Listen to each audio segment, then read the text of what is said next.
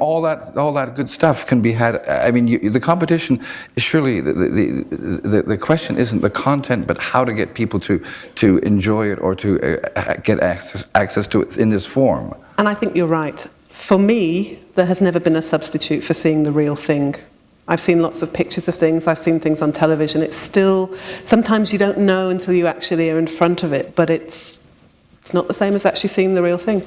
I remember when I went to Vienna and I saw The Kiss, the original of the Klimt painting, and I thought, that picture is everywhere. You can see it absolutely everywhere.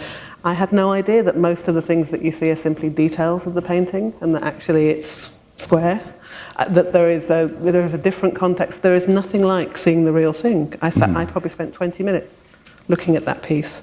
And I would say the same about museum pieces. Seeing those actual fossils, seeing the real thing, not a substitute, not an image of it, but seeing that thing that is 500 million years old, there's no substitute for that.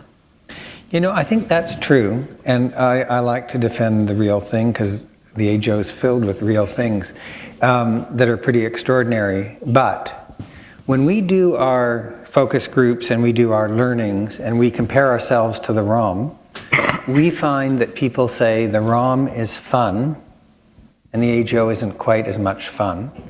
And secondly, that the ROM is interactive and the AJO isn't quite as interactive, okay? So what does this do? This gives some real soul searching to some staff meetings about how we can be more fun. But the more important thing is how to become more interactive. And my point to you, Chris, would be the PBS show is fabulous and it presents information and you respond to it and you learn something and you take away. But the possibility of the museum is about interactivity, shared learning, communal experience. And we have to get that right. And we have to get that right because we learn from our kids that there is no such thing as passive learning anymore. Meaning to say, kids want to make meaning in relation to something. They don't want to learn like I did with my little note cards and writing it down and having my flip things and reading it 10 times before I went into the exam. They want a kind of learning that's about making a product out of their knowledge and the knowledge of the expert and creating something new. And this is what we're hearing, is that passive learning in museums before the beautiful object isn't maybe what it used to be. I'm not saying it isn't the core purpose. I'm not saying it isn't the reason we exist, that is preservation and history and all of that. But it may not be enough to create the experience that's going to build our audience. That's what I both worry about, what I affirm and I worry about. I do worry about that. But is the job of the gallery to build an audience, or is the job to offer all these works of art, this experience for people to have and to welcome them in, to give them a place where this can be found and leave the rest up to them? The most important thing museums do is to build an audience.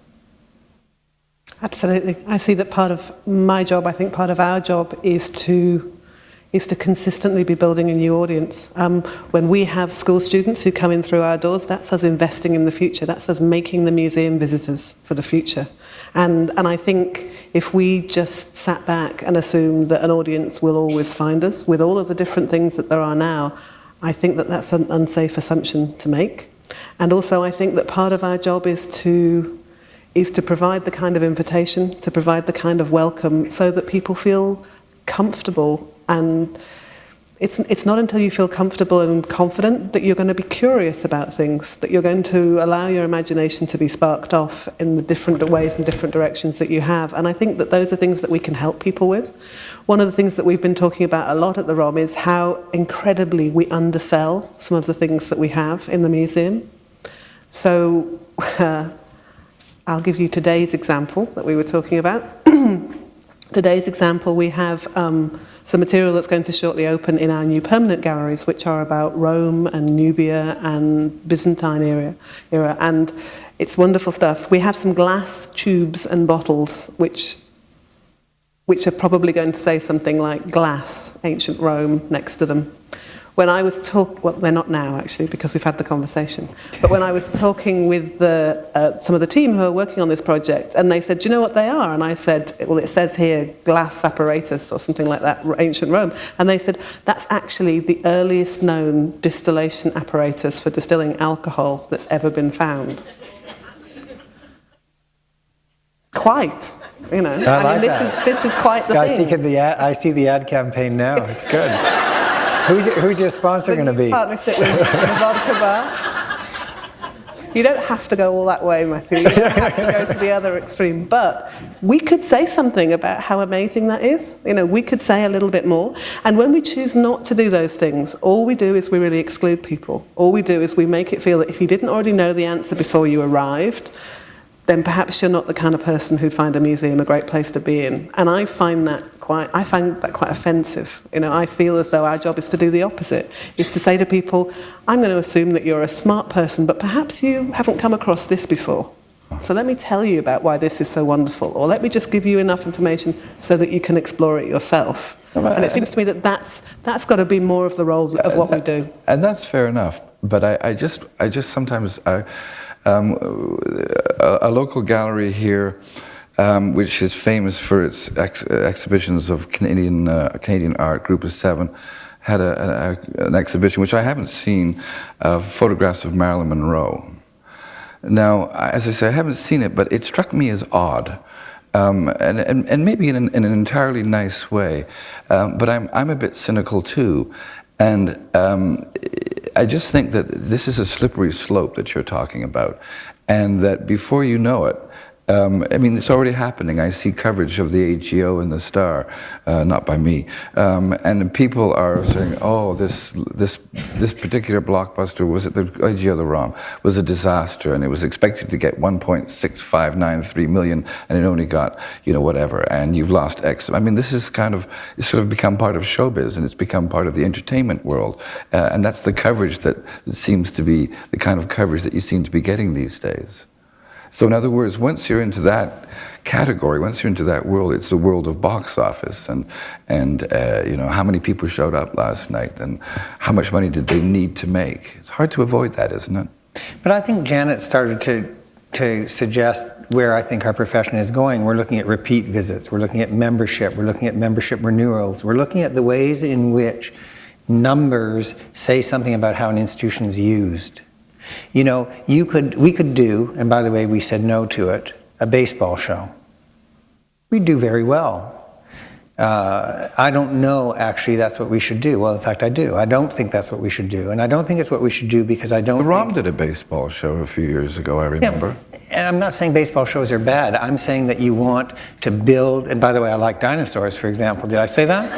But I think that you have to build around your core strength, your core identity, the strength of your collection, the meaning that your institution has in the community. I think you can go, as they say in marketing terms, off-brand from time to time, but in fact, I think you want to deepen people's connection to those things that mean something to them in relation to your institution. So, you know, I think it's not just about chasing the number. It's, as Janet's saying, the kind of number. What does the number say about what place the institution can hold in the imagination of the city? And numbers actually tell you something. And, you know, when we did our offer during the Maharaja exhibition of free for anybody 25 years of age or under, you know, almost 50,000 people under the age of 25 came to see the Maharaja show during that time. It was fabulous. It meant something to us.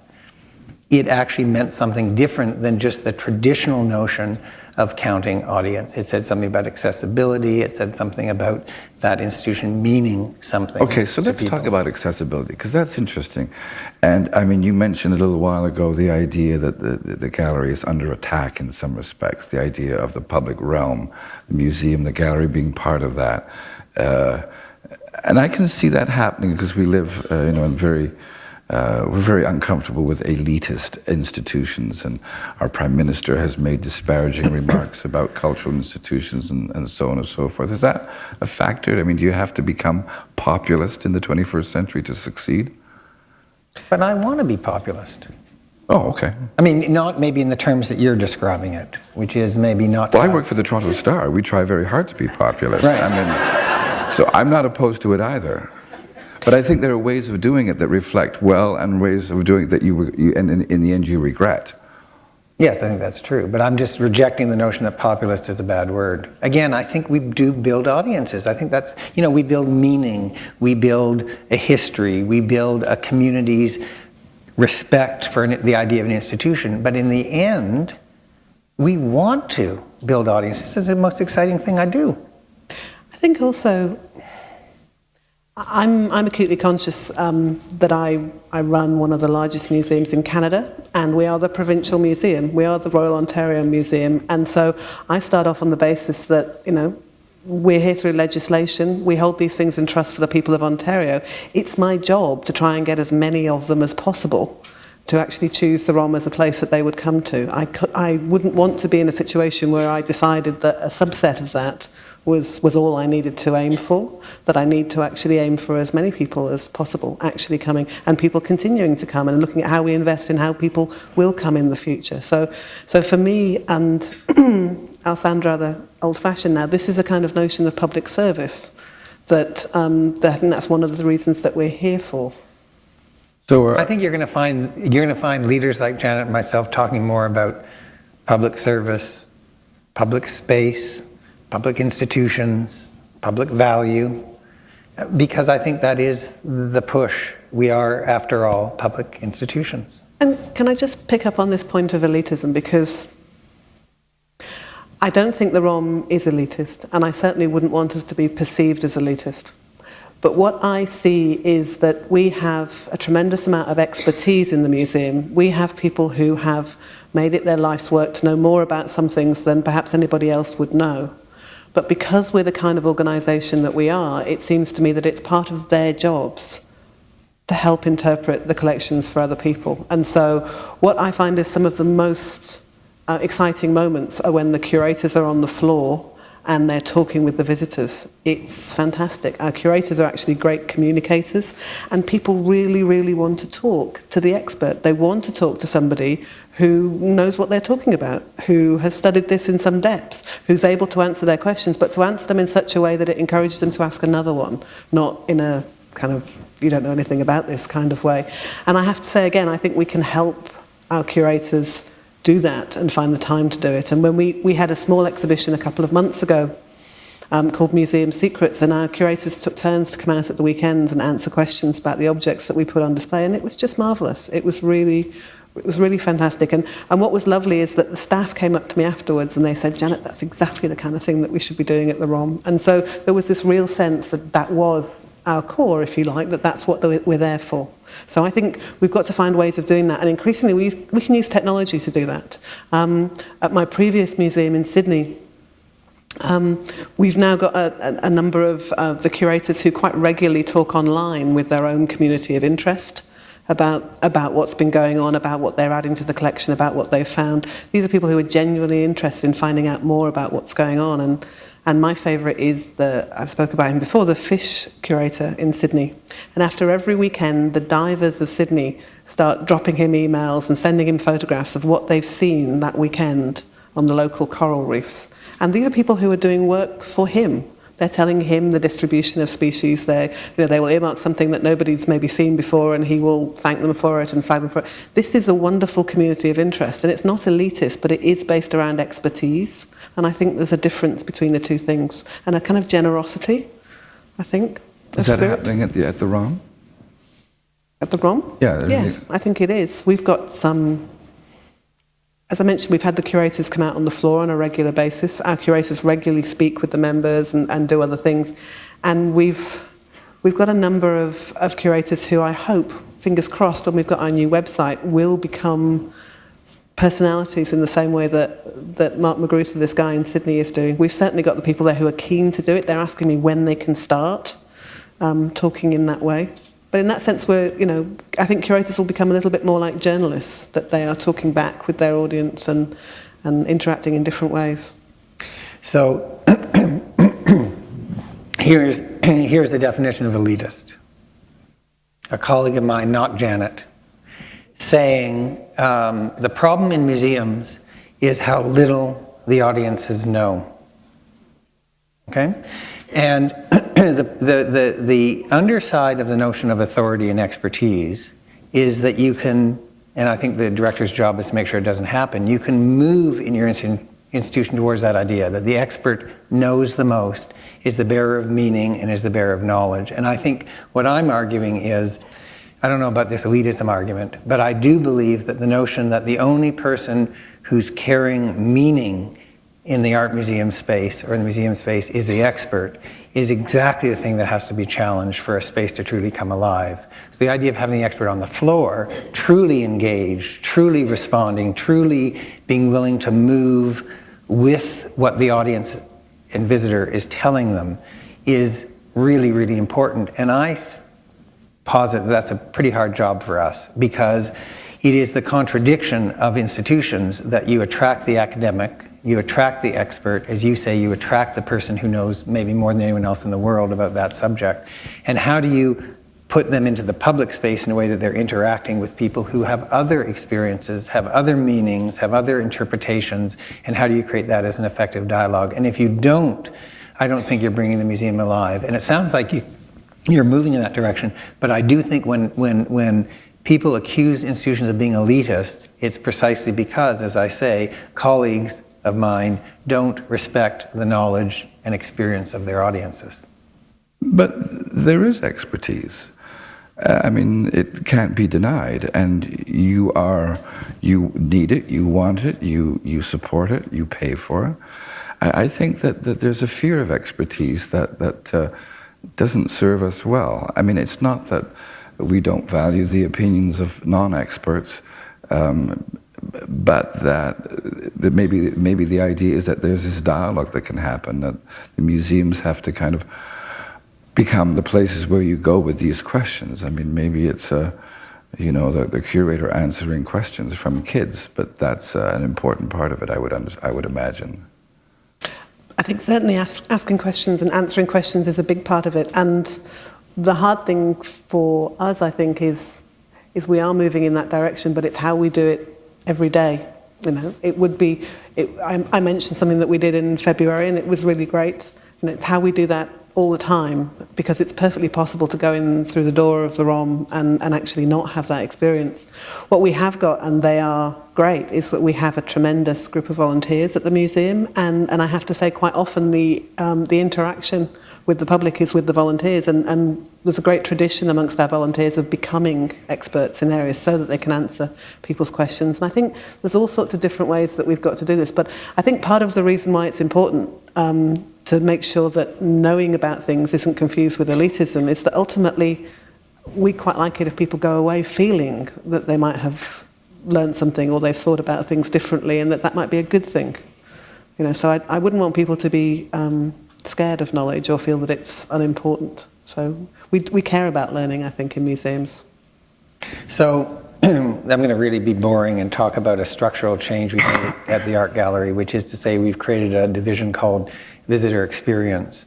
And visitor experience is actually the front of line experience, so it's membership and it's people who take tickets and all that. But the one thing that we've done is we put all our protection services officers, our security personnel, in the visitor experience basket. So in fact, traditionally in museums, the security function reports to operations because you are part of the building. These guys and gals are seen as part of the building, protecting the building. And this is a change in thinking. This is a change in thinking to say that visitor experience, which is the notion of how do you make the institution feel more accessible, is about staff training, it's about how you interact with the visitor, and who interacts with the visitor more than the security guard, usually on a day-to-day basis. So what's fascinating is that when we decided to do this, I felt we were taking a big risk. It has been one of the most popular things internally that we've done, because people who are on the floor and who are understanding what it means to have a visitor experience understand how important that integration of different functions actually is. So maybe that's about experience, engagement, whatever word you want to use. But I would suggest that the museum is basically a kind of a 19th century invention, and that it was a sort of a part of a civic enterprise, and that we don't live in a very civic age. And I mean, other than being a repository of the treasures that we own as a city or as a province or whatever, I would suggest that the museums still have, and galleries and cultural institutions still have a way to go to figure out how they fit into a 21st century world where everything is kind of very quick, and I mean, everything has to be fast. I mean, I don't know what you do in a museum and a gallery in a world of a soundbite.